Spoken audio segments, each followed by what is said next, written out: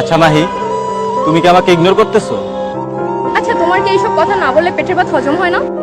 দেখো, কথা ঘোরানোর ট্রাই করো না। আচ্ছা, তোমার সমস্যাটা কি বলো তো? আমার তো কোনো সমস্যা নেই, আমি তো শুধু তোমার কাছে একটু সময় চাই, তাই না? কেন, আমি কি তোমাকে সময় দেই না? দাও, কিন্তু গত 2 বছরে আমাকে যতটা না সময় দিছো তার থেকে বেশি তোমার বন্ধু রনিকে সময় দিছো। দেখো, একদম কোনো উল্টাপাল্টা কথা বলবা না।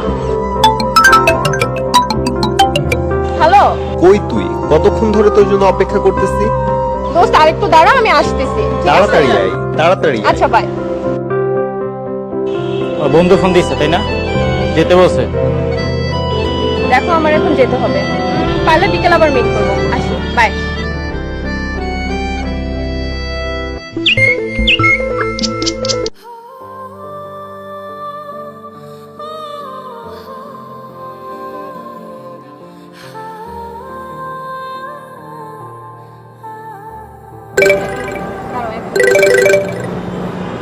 হ্যালো, হ্যালো, হ্যাঁ, কোথায় তুমি?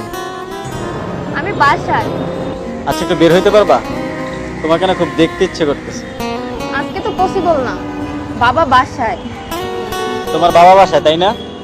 আমি তোমার বেডরুমে দাঁড়ায় আছি, একটু পিছনে তাকাও। বাবু, একটু বসো, আমি আসতেছি। কই যাও? বাহ মাহি, বাহ। দেখো মামনুন, তুমি যেহেতু সব জেনেই গেছো, তোমার কাছে আর লুকানোর কিছু নাই।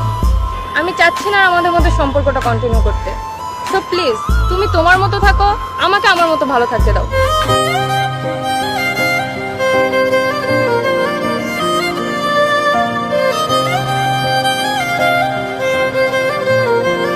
ভালোবাসার মানুষটি মরে গেলেও ততটা কষ্ট লাগে না যতটা কষ্ট লাগে চোখের সামনে তাকে অন্য কারো হতে দেখলে।